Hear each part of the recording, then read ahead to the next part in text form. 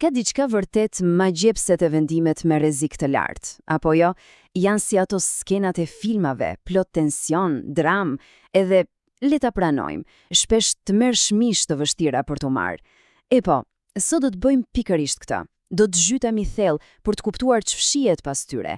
Do të thyejmë disa nga mitet më të mëdha që na pengojnë të gjithëve të bëjmë zgjedhje më të mençura.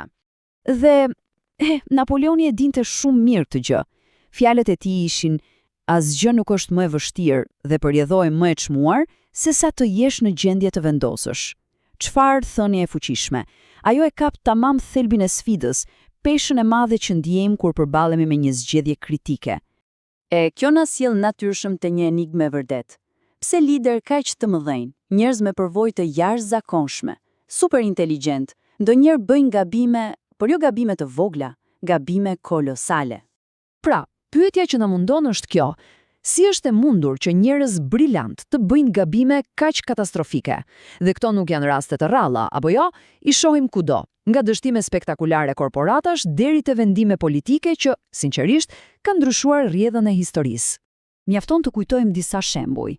Lëshimi tragjik i anijes Challenger në 86-ën, me gjithë paralajmërimet e forta nga inxhinierët, ose New Coke në 85-ën, një ndryshim formulesh që gati e fundosi gigantin Coca-Cola.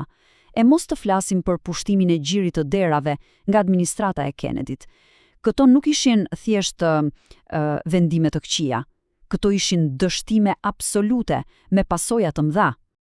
Kur shohim dështime të tilla, sidomos nga të tjerët, truri ynë ka një zakon të keq. Ka një lloj kurthi mendor ku bien pothuajse të gjithë. Le të shohim se cili është ky kurth. Cili është reagimi i parë instinktiv? Zakonisht është diçka e tipit: po si ka mundësi të ishin kaq budallënj? Është interesante se edhe vetë presidenti Kennedy, pas asaj fiaskoje, i bëri vetes të njëjtën pyetje: si munda të isha kaq budalla? Por ja ku qëndron problemi. Ky reagim, sado i natyrshëm, është krejtësisht i gabuar.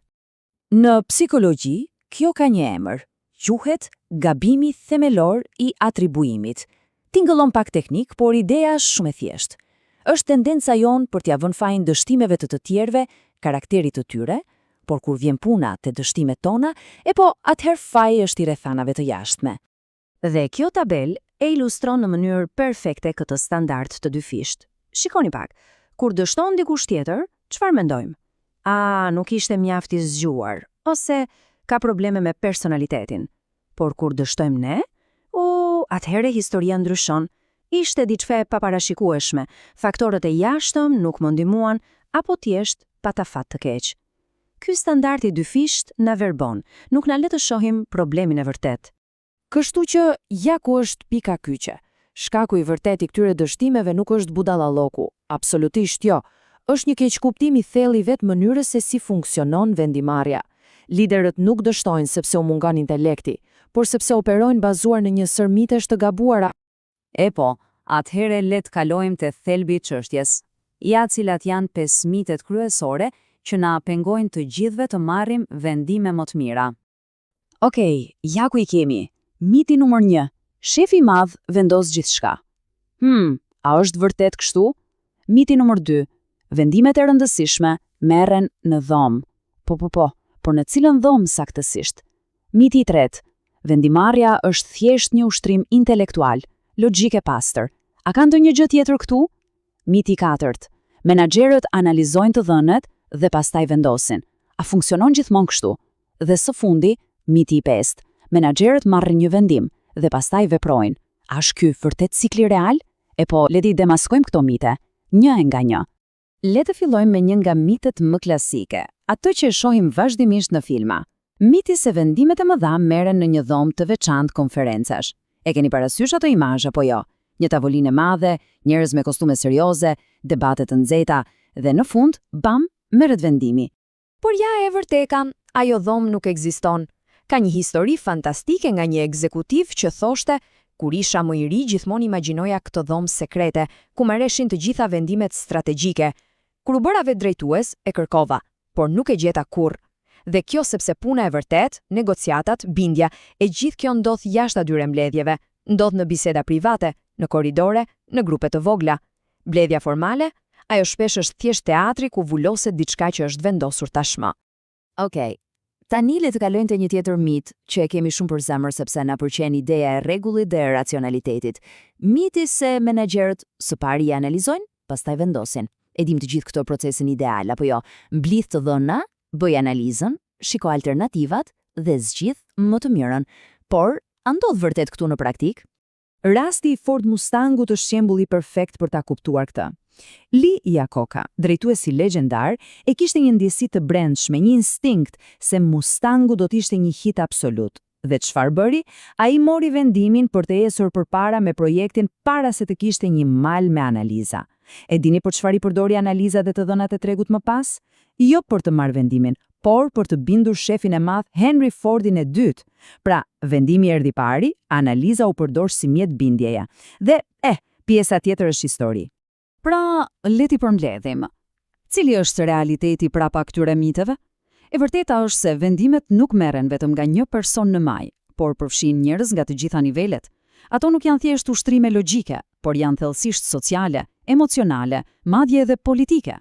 Dhe më e rëndësishmja, veprimi dhe vendimi nuk janë dy hapa të ndarë, por një cikël i vazhdueshëm, njëri ushqen tjetrin. Dhe e gjithë kjo na çon te një ndryshim thelbësor në perspektivë, te një ide vërtet e fuqishme. Sekreti për vendime më të mira nuk qëndronte gjuetia për përgjigjen e duhur. Jo, ai qëndronte për qëndrimin e diçka krejt tjetër. Gabimi më i madh që mund të bëhet është ta mendosh vendimin si një ngjarje të vetme, si një moment eureka, ku gjithçka zgjidhet me një shkrepje gishtash. Realiteti është shumë më kompleks. Siç e ka përshkruar bukur studiuesi Aharoni, vendimmarrja është një proces social shumë i gjatë, përbëhet nga shumë veprime të vogla, të kryera nga njerëz të ndryshëm në momente të ndryshme. Me fjalë të tjera, nuk është një pikë, por një linjë, nuk është një moment, por një film i tërë. Dhe këtu vim të problemi kryesor. Përballë një sfide të madhe, shumica e njerëzve, përfshirë liderët, bëjnë pyetjen e gabuar. Ata fiksohen te rezultati dhe pyesin çfarë vendimi duhet të marr. Por pyetja që transformon gjithçka është shumë më e thjeshtë dhe më e thellë. Nuk është çfarë, por si. Pyetja e duhur është si duhet ta marr këtë vendim.